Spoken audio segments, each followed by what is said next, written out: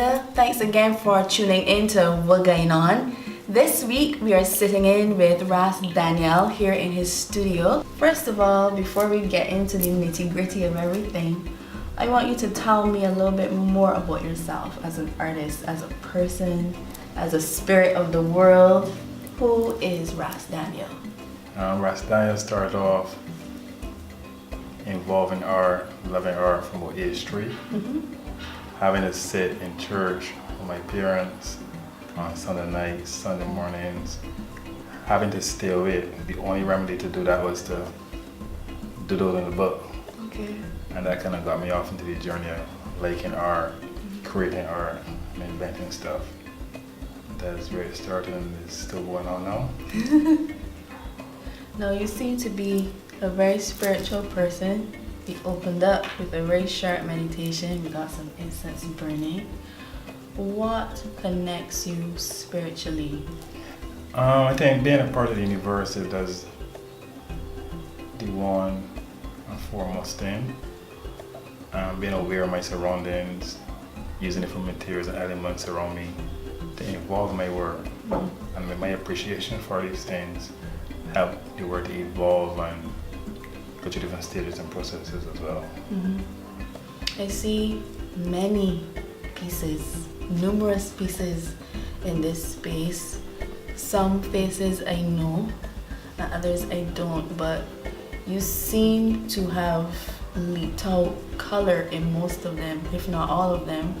I know Riri behind me, but you're taking things in terms of like shadows and line and color. I'm not a visual artist, but I could tell you what I see.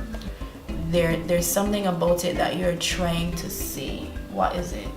I'm trying to look at black and white as color. Even though the pieces are black and white, they're all done different techniques and so on.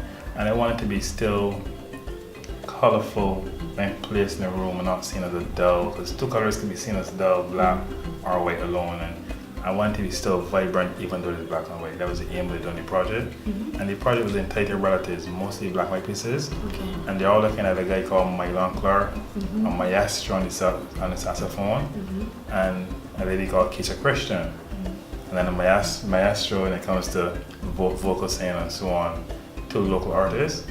So the work was a series evolving around the two of them. Okay. And it was about a 40-piece collection, which I showcased different shows at Marriott Hotel and so on. Okay. Now you say that you've put on many different exhibitions around Barbados, but have you traveled regionally or internationally? Yes, please. I had some personal shows in Tortola. I did some work for the America as well. And my last major event was Gary Festa in Haiti, which was a beautiful experience. So I've been traveling and showcasing the work whenever I get a chance to. In terms of Haiti is known for being very spiritual as well as you are. How did you find your connection with that culture versus Barbados? Oh, it was a vast difference, and trying to juxtapose the two together is kind of a hard comparison to make, because in Haiti there's so much art everywhere you look, on the streets and stores and galleries, and the creativity and how they, let me say, scavenge for work in old dumps and so on, and get raw materials, and these materials turn into the most beautiful craft and art around the place. The experience was eye-opening in terms for me personally to invent more and be more creative. I know you say that Haiti has a way of taking things and creating things and making their own, even if they have to scavenge for them.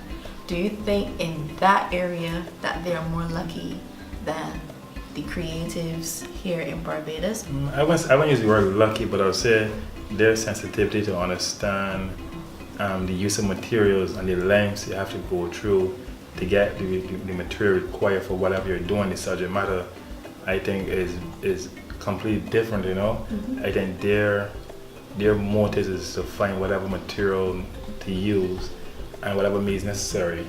So I think in that sense, their sensitivity to art is a lot stronger and art, you said, deep compared to to our local society here in Barbados. Okay.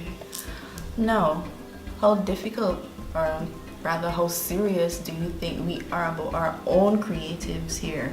I think we are really, really serious about the artists when it comes to conversation about the artists and to the artists. But in terms of participating with the artists or supporting the artists, I think the serious levels change in the opposite direction completely. Okay.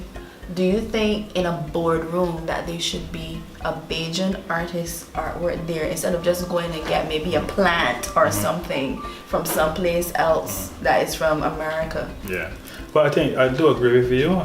In a boardroom, we should have local art around the country, hotels and so on. But at the same time, in our schools, we have primary schools where we don't even have an art teacher. Really, teacher teach art.